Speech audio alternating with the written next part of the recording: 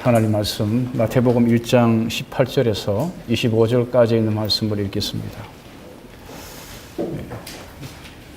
마태복음 1장 18절에서 25절까지입니다. 예수 그리스도의 나심은 이러하니라. 그의 어머니 마리아가 요셉과 약혼하고 동거하기 전에 성령으로 잉태된 것이 나타났더니 그의 남편 요셉은 의로운 사람이라 그를 드러내지 아니하고 가만히 끊고자 하여 이 일을 생각할 때에 주의 사자가 현몽하여 이르되 다윗의 자손 요셉아 내 아내 마리아 데려오기를 무서워하지 말라. 그에게 잉태된 자는 성령으로 된 것이라 아들을 낳으리니 이름을 예수라 하라. 이는 그가 자기 백성을 그들의 죄에서 구원할 자이심이라 하니라. 22절부터 있는 말씀입니다. 이 모든 일이 된 것은 주께서 선지자로 하신 말씀을 이루려 하심이니 이르시되 보라 처녀가 잉태하여 아들을 낳을 것이요 그의 이름은 임마누엘이라 하리라 하셨으니 이를 번역한즉 하나님이 우리와 함께 계시다 함이라.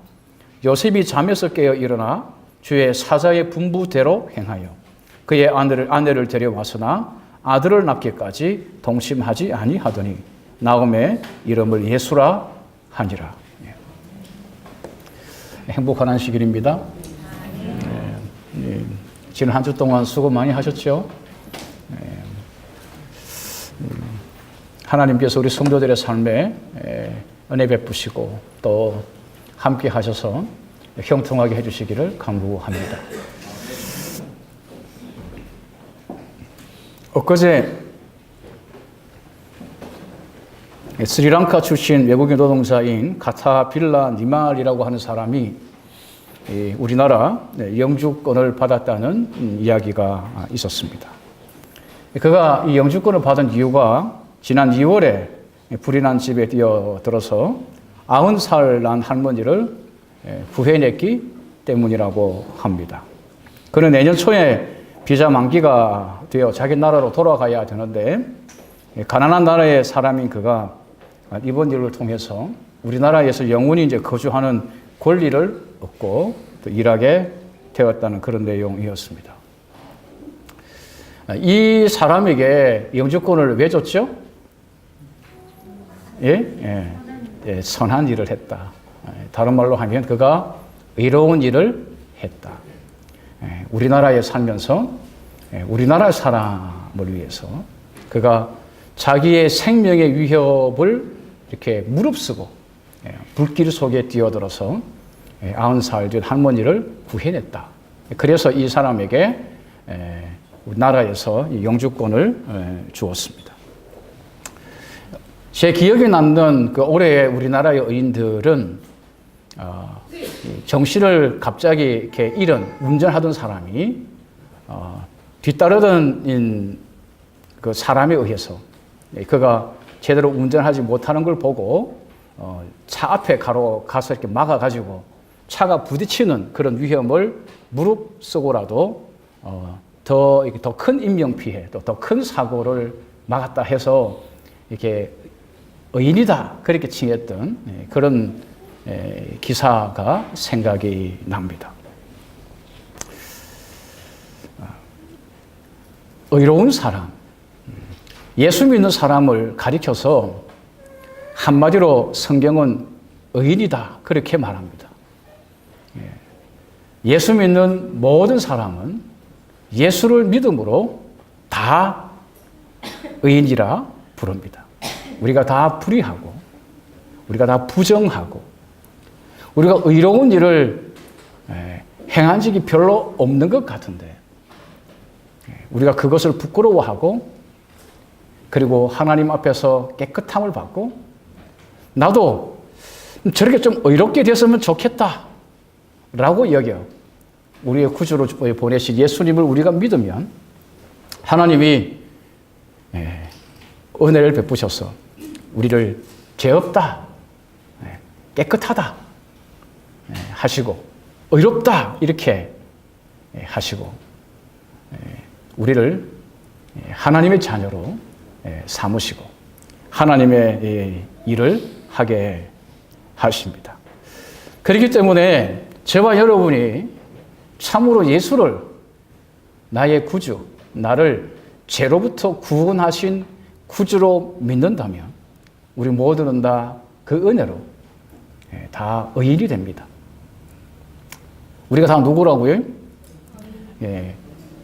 의로운 일을 우리가 행해서가 아니고 우리는 불의하지만 의로운 일을 행하신 예수를 믿음으로 우리를 불의하다고 하지 않으시고 하나님이 우리가 믿는 그 예수님의 의 때문에 우리를 의롭다고 하십니다.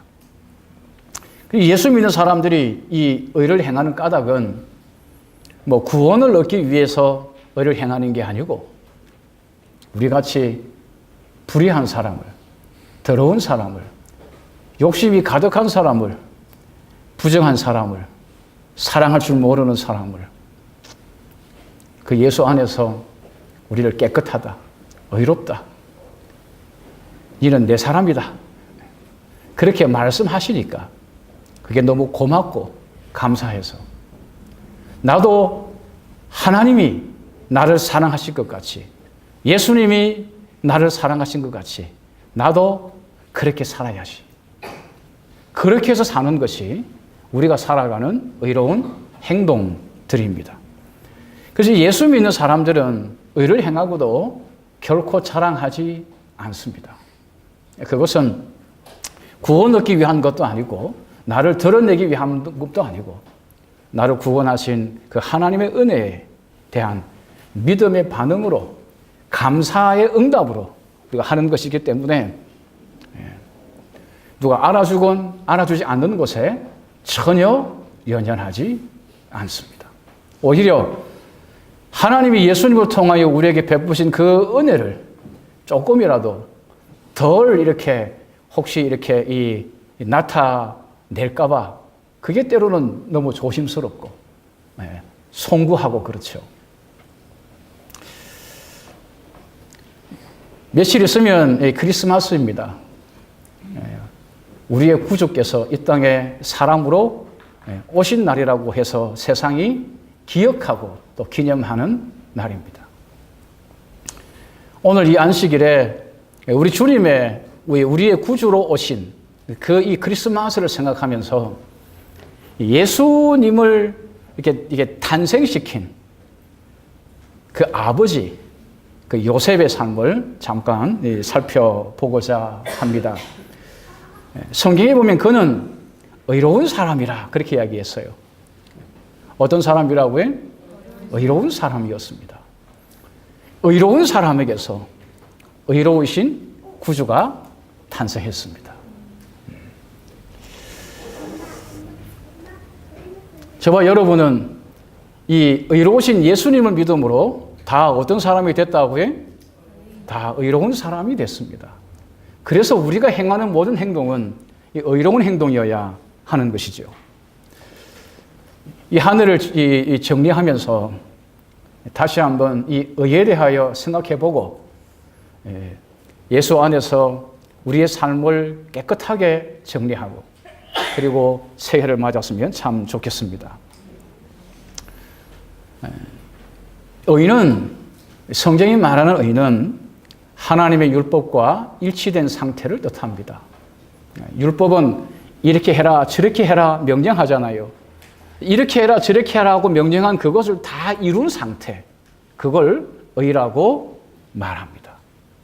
그러니까 율법의 요구, 율법이 말하는 바를 완성시킨 상태를 의라고 말합니다. 근데 로마서 13장 8절부터 보면 사랑은 율법의 완성이다 그렇게 말씀하셨습니다.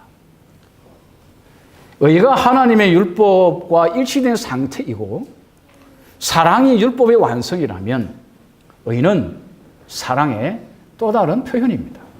그러니까 의와 사랑은 같은 뜻, 다른 단어입니다. 성경을 읽으면 이 의는 두 가지 단어로 이렇게 설명이 됩니다. 나타납니다. 두 가지로 상태로 나타납니다. 하나는 정의고 또 하나는 공의입니다. 영어를 잘 하시는 분들은 보시면 금방 이해가 되실 것 같습니다. 정의란 justice고요. 공의는 자지먼트입니다. 정의는 자비를 베푸는 것입니다. 약하고 죄 지은 사람에게 그를 불쌍히 여겨서 이렇게 자비를 베푸는 것입니다. 그것을 정의라고 말합니다. 누가 궁지에 몰렸습니다. 조금 전에 말씀드린 이 스리랑카 이 외국인 노동자가 자세히는 모르지만 그가 타국인으로서 우리나라에 살면서 많은 아마 보이지 않는 이 경멸 혹은 어떤 차별 겪지 않았을까요? 우리 가운데 혹시 차별이 없나요? 만약에 내가 차별당한다고 생각해 보세요. 내가 불이익을 당하고 있어요. 이 살면서 말입니다.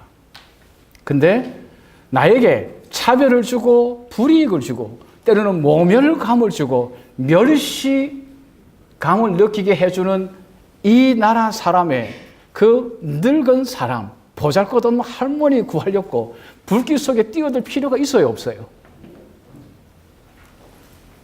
자기 나라 사람이 아니에요. 어쩌면 그가 자기를 괴롭히는, 자기를 힘들게 하는 이중 노동자가 겪는 이 어떤 이 아픔, 그것을 가져다 준 자의 부모일 수도 있습니다. 근데 그가 지금 궁지에 몰렸어요. 그가 죽음의 위기에 몰렸어요. 근데 그를 위해 뭐 하죠? 불길 속에 뛰어들고 그를 구해냅니다. 이걸 뭐라고 그래요? 그걸 정의라고 말합니다. 자비로 나타나는 것이죠. 공의는 사실에 따라서 죄를 죄라고 말하고 죄값을 묻는 것입니다. 그걸 공의라고 말합니다. 너 알아보니까 이 옛날에 이러한 일을 어디에서 정확하게 했대. 여기 물증이 있어. CCTV도 있고 증인도 있어. 그러니 너는 죄인이고 거기에 맞는 그 죄값을 지불해야 해. 이걸 뭐라고 그런다고요? 공의라고 말합니다. 그러니까 이 정의와 공의가 완전히 이루어진 상태를 뭐라고 이야기해요? 의라고 말합니다. 율법은 우리에게 두 가지를 말합니다. 하나는 이렇게 하면 안 돼? 근데 네가 이렇게 하면 너 죄를 지은 거야. 죄를 지었으니 죄값을 받아야 돼? 라고 말합니다. 그게 율법이 말하는 거죠. 그 공의입니다. 근데 가만히 한꺼풀 이렇게 뒤집어서 보면 왜 그렇게 말하냐? 네가 그렇게 한 것은 사실은 이웃을 사랑하지 않아서 한 거잖아. 네가 그 사람을 사랑했다면 네 그렇게 하지 않았을 거 아니야. 그 사람보다 너를 더 사랑했잖아. 네 필요를 위해 그 사람을 희생시켰잖아. 그래서 훔쳤잖아. 그래서 그를 미워했잖아. 그래서 마음에 탐욕을 품었잖아. 그것이 율법이 말하는 것입니다. 그러므로 의라고 하는 것이 정의와 공의로 표현이 된다면 사랑은 뭐예요? 정의와 공의가 완전히 결합, 조화를 이루어 나타낼 때 그게 진짜 사랑이 되는 것입니다. 죄를 죄라고 말하는 것입니다. 사실에 따라서 진실되게 말하고 행하는 것입니다. 그게 공의죠. 하나님의 나라는 이 하나님의 법 위에 세워져 있습니다. 이 말은 그 법이 의미하는 바대로 하나님의 나라는 의의 나라고 의와 사랑이 같다고 했으니까 하나님의 나라는 사랑의 나라입니다. 이 의가 정의와 공의로 표현된다고 했으니 하나님의 나라는 의와 공의 위에, 정의와 공의 위에 세워져 있습니다. 그래서 시편 89편 14절에 보면 의와 공의가 주의 보좌에 기초라 그렇게 이야기했습니다. 하나님의 나라는 하나님의 법 위에 세워져 있고 하나님의 법 위에 세워져 있다는 말은 의와 공의에 따라 하나님의 나라가 다스려진다 그 말입니다. 다른 말로 하면 정의와 공의를 따라서.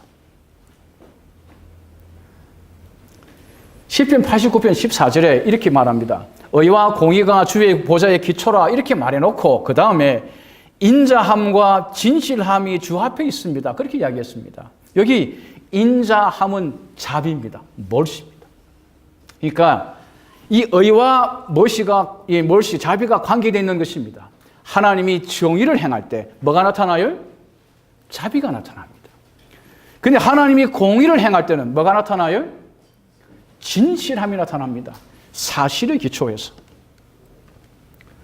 옳은 건 옳다고 하고 그런 건 그러다고 말하는 것입니다. 나랑 좀 알고 지낸다고 나의 친인척이라고 해서 이 법을 이렇게 굽혀서 행하지 않는 것입니다. 내 자식이라고 해서 더 봐주고 내 자식의 원수라고 해서 더 미워하는 것이 아닌 것입니다. 그게 공의예요. 그래서 이 다른 이 번역에는 공의를 공평으로 번역해 놨습니다.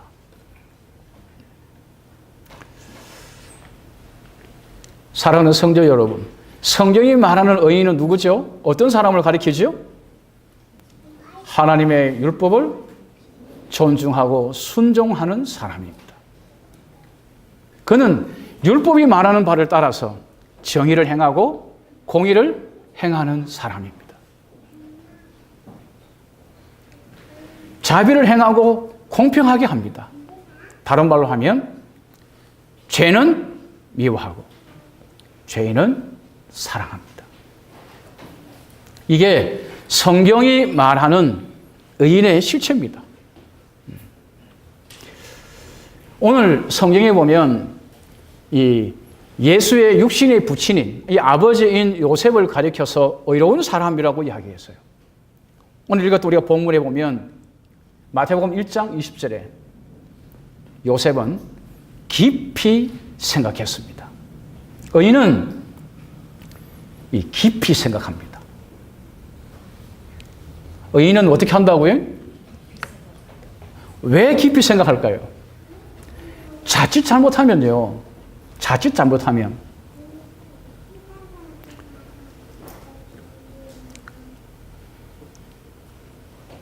여기 성경이 오늘 우리 본문 가운데에서 약혼한 마리아가 성령으로 잉태한 것이 나타났다 그렇게 되어 있어요. 요셉의 이 행동을 가만히 살펴보면 요셉은 이 마리아가 성령으로 잉태한 것을 전혀 몰랐던 것 같습니다. 그렇기 때문에 그가 깊이 생각했거든요.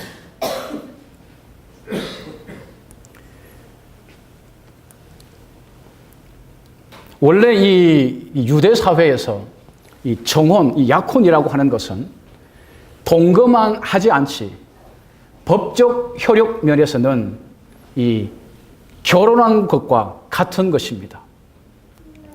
동거만 하지 않습니다. 아이를 낳는 행위만 하지 않습니다. 하지만 결혼 상태와 똑같은 것입니다. 그 기간 한 1년 정도 있어요. 1년 동안 1년 정도 그렇게 이 약혼 관계로 보냅니다. 근데 만약에 그런 사이에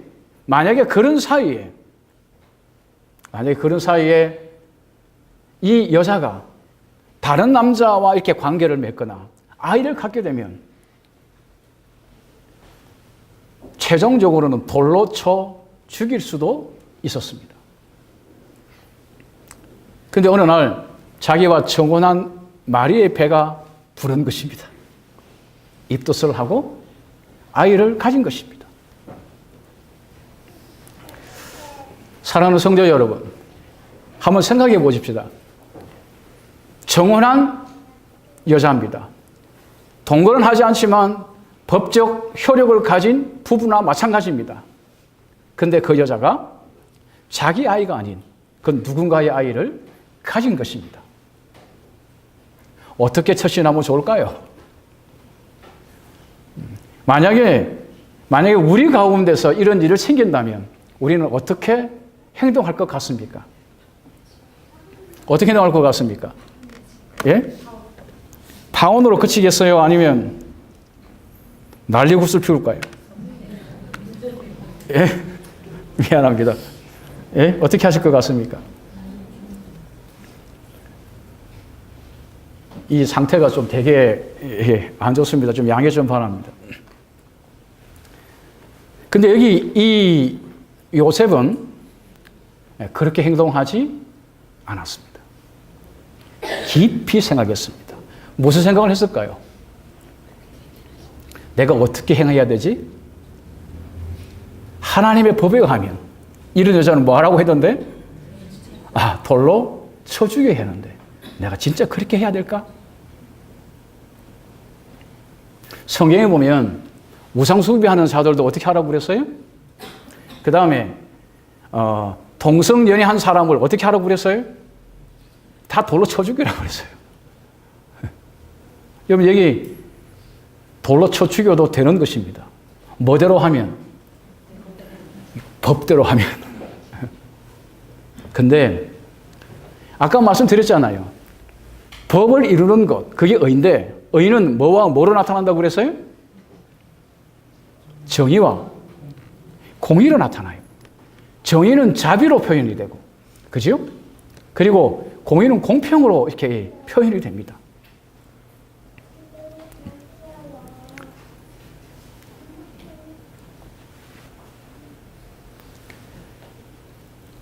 근데 요셉은 본성의 충동을 따라 율법이 말하고 있는 그 표면적인 그 이 요구에 따라 행하지 않았습니다. 성질대로 화를 내거나 파괴하거나 윽박지르거나 그렇게 하지 않았습니다.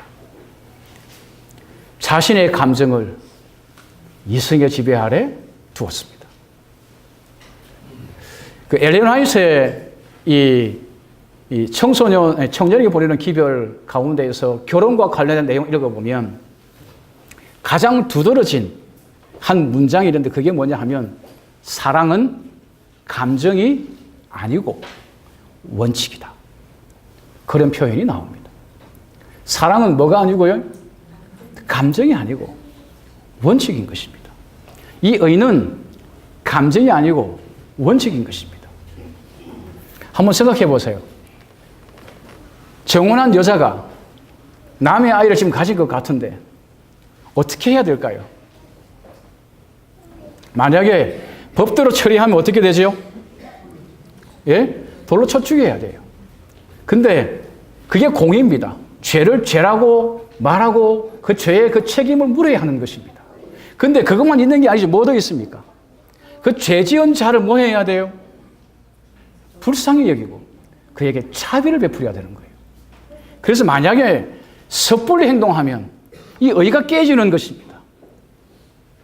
공의를 따라 행하면 뭐가 위험하고요? 정의가 위험하고. 정의를 따라 행하면 뭐가 위험하고요? 공의가 위험한 것입니다. 무슨 말인지 이해하시겠습니까? 그러니 요셉이 뭐 할 수밖에 없어요? 깊이 생각하는 것입니다. 내가 어떻게 해야 하나님의 의를 이룰 수 있을까? 하나님의 율법은 두 가지를 요구하는데 하나는 죄를 죄라고 말하고 죄 책임을 묻는 것이고 또 하나는 그 죄 지은 자를 사랑하라고 말하는데 그에게 자비를 베풀라고 그러는데 내가 어떻게 이걸 소화시키고 해결해야 할까? 사랑하는 성도 여러분, 혹시 주변에서 똑같은 일은 아니지만 이런 일들이 생긴다면 억울한 일이 생기고 속상한 일이 생기고 인간관계에서 어떤 내가 상처를 받는 일이 생길 때 제발 여러분들이 깊이 생각하시기를 간구합니다. 성질 따라 말하고 문자 보내고 행하지 않기를 바랍니다.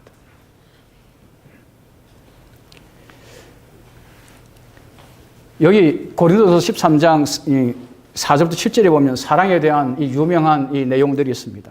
사랑은 오래 참고 사랑은 온유하며 사랑은 성대지 아니하며 악한 것을 생각하지 않습니다. 비록 그 사람이 죄가 아주 많지만 나에게 큰 상처를 주었고 말할 수 없는 수치와 모멸감을 주었지만 그럼에도 불구하고 사랑은 악한 것을 생각하지 않고 성내지 않고 오래 참고 온유합니다. 야고보 1장 19절에 있는 말씀을 한번 보겠습니다. 야고보서 1장 19절에 내 사랑하는 형제들아 너희가 알지니 사람마다 듣기는 속히 하고 말하기는 더디하며 성내기도 더디하라. 듣기는 뭐하고 속히 하고 말하기는 여러분 저 사람 남의 말 너무 잘 들어. 이게 안 좋을 수도 있지만 남의 말 잘 듣는 게 오히려 말이 더 먼저 나오는 것보단 낫습니다. 성경 표현이 그렇습니다. 말하기는 더디하고 성내기도 더디하라. 주님 앞에서 참 의로운 우리 주님의 센텀교회 성도들이 됐으면 참 좋겠습니다.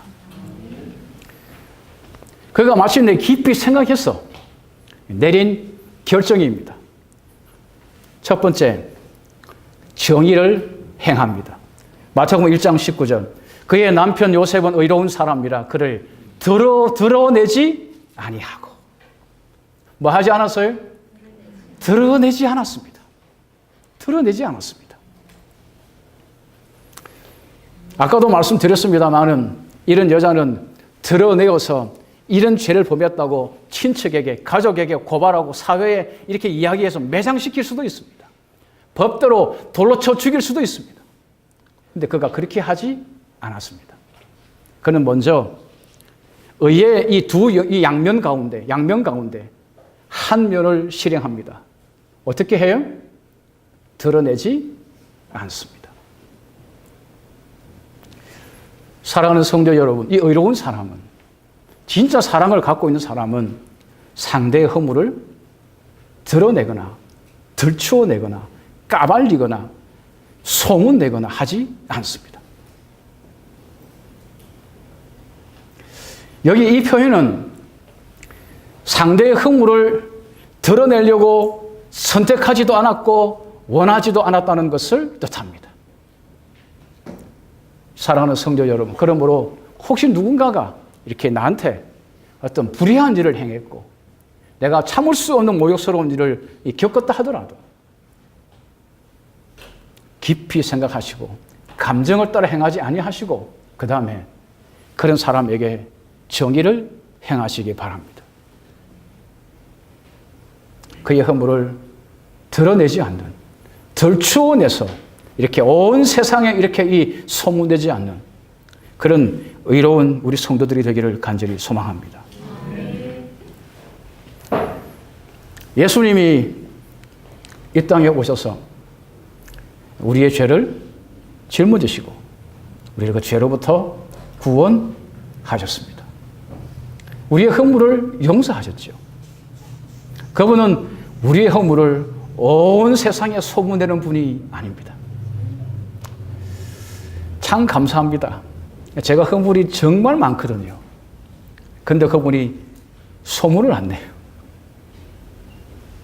그분만이 하십니다.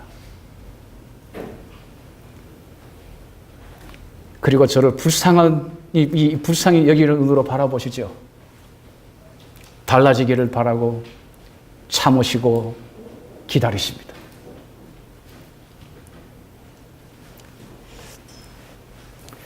잠언 17장 9절에 이런 표현이 있습니다. 잠언 17장 9절에 허물을 덮어주는 자는 사람을 구하는 자요. 한번 따라 하시겠어요? 허물을 덮어주는 자는 사람을 구하는 자요. 허물을 덮어주는 자는 사랑을 구하는 자요. 그게 진짜 사랑입니다. 그리고 그가 사람을 얻습니다. 그 다음에 보면 이렇게 말했습니다. 그 허물을 거듭 말하는 자는 친한 벗을 이간하는 자니라. 여러분, 마귀가 갖고 있는 뜻이 뭐라고 이야기했어요? 이간질입니다. 그러므로 허물을 거듭 말하고 다니는 사람은 이간하는 자로서 그가 마귀다 그 말입니다. 그러므로 저와 여러분들이 비록 나한테 큰 상처를 주는 누군가의 허물이라 할지라도 그것을 다 덮고 사람들에게 널리 이렇게 말하고 이야기해서 내가 깨끗하다는 사실을 알리는 데만 열중하는 그런 우리가 되지 않기를 소원합니다. 잘 아시는 구절입니다. 로마서 12장 20절 21절에 네 원수가 줄이거든 먹이고 목마르거든 마시게 하라. 악에게 지지 말고 선으로 악을 이기라. 하나님의 선하심을 온전히 드러내는 저와 여러분이 되었으면 참 좋겠습니다. 정의를 행했어요. 자비를 베풀었어요. 그의 허물을 뭐 하지 않았어요? 드러내지 않았습니다. 그지요? 표면화시키지 않았습니다. 온 세상에 소문내지 않았습니다. 많은 사람들이 그를 손가락질하고 저주하고 욕하도록 하지 않았습니다. 근데 말입니다. 그걸로 다 끝나지 않았습니다. 의에는 두 가지 면이 있댔잖아요. 하나는 뭐죠? 정의, 자비를 행하는 것이고 또 하나는요. 공의, 죄를 죄라고 묻는 것입니다. 이제 공의를 행해야 하는 것입니다. 그가 행하는 공의는 무엇입니까? 그를 드러내지 아니하고 가만히 끊고자 해서. 여기 가만히라고 하는 말은 비밀리에 말입니다. 그 여자 마리아도 모른 채 그냥 끊어내려고 하는 것입니다. 그와 결혼 관계를 없었던 것으로 하려고 하는 것입니다. 이것이 요셉이 택한 공의의 방법입니다. 너 죄지었지? 일로 와봐. 율법에 이렇게 돼 있어. 넌 맞아 죽어야 돼. 어머니, 동네 사람들 다 오세요. 그렇게 하지 않았습니다.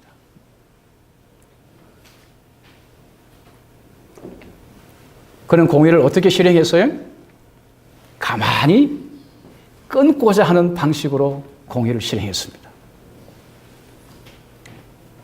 사랑하는 성도 여러분, 사랑관계는 참 어렵습니다. 억울한 일이 생겼을 때 그걸 어떻게 해결해야 할지 참 쉽지 않습니다. 그럴 때 요셉의 경우를 깊이 생각하시고 어떻게 하면 그를 사랑할 수 있고 그러면서도 그의 죄를 용납하지 않을 수 있을까? 그걸 두고 깊이 생각하시고 기도하시며 하나님의 지혜를 구하는 우리 성도들이 되기를 간절히 소망합니다. 요셉은 죄는 드러내지 않았습니다. 하지만 죄를 용인하지도 않았습니다. 그래서 그가 취한 행동이 드러내지 않았지만 몰래 그 관계를 정리하려고 한 것입니다. 시편 15편 2절에 정직하게 행하며 공의를 실천하며 그의 마음에 진실을 말하며 예수 안에서 정의를 행할 뿐만 아니라 공의도 행하는 우리 성도들이 되기를 소원합니다. 이처럼 이 요셉은 하나님 앞에서 의인이었습니다. 의로운 사람이었습니다. 그렇기 때문에 이 땅에 우리를 죄로부터 구원하기 위하여 오시는 구주를 이렇게 태어나게 하는 육신의 아버지로 우리 하나님에 의하여 쓰임을 받았습니다. 저와 여러분들도 우리 하나님 앞에서 그런 귀한 주님의 의의 실현자로, 의를 이루는 자로 그렇게 쓰임받게 되기를 간절히 소망합니다. 저와 여러분이 의를 이룬다는 것, 죄를 미워하면서 동시에 죄인을 사랑하는 것에 대하여 더욱 많이 생각하시기를 간절히 바랍니다. 왜냐하면 그게 진짜 의이기 때문에 그렇습니다.